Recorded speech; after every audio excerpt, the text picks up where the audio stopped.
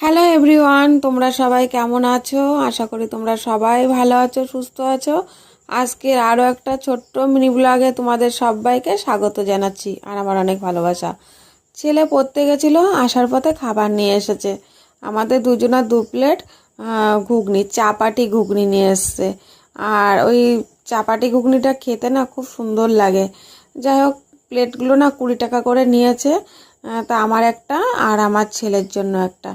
এই দেখো চাপাটি ঘুগনি, আর ঘুগনির মধ্যে একটু খাসির একটু মানে তেল দিয়ে ঘুগনিটা করে ছেলের বললাম কোনটা নিবা, ও একটা আর আমি একটা।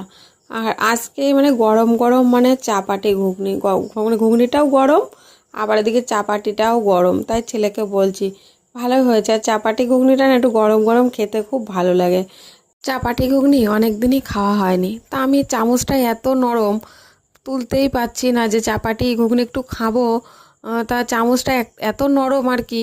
তা যাই হোক, একটু চামচ দিয়ে তুললাম, এখন খেয়ে বলবো যে কেমন হয়েছে।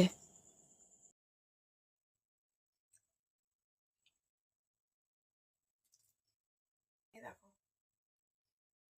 ভালোই হয়েছে। কেমন হয়েছে? ভালো হয়েছে, ভালো লাগছে, টেস্টি আছে, কিন্তু গরম,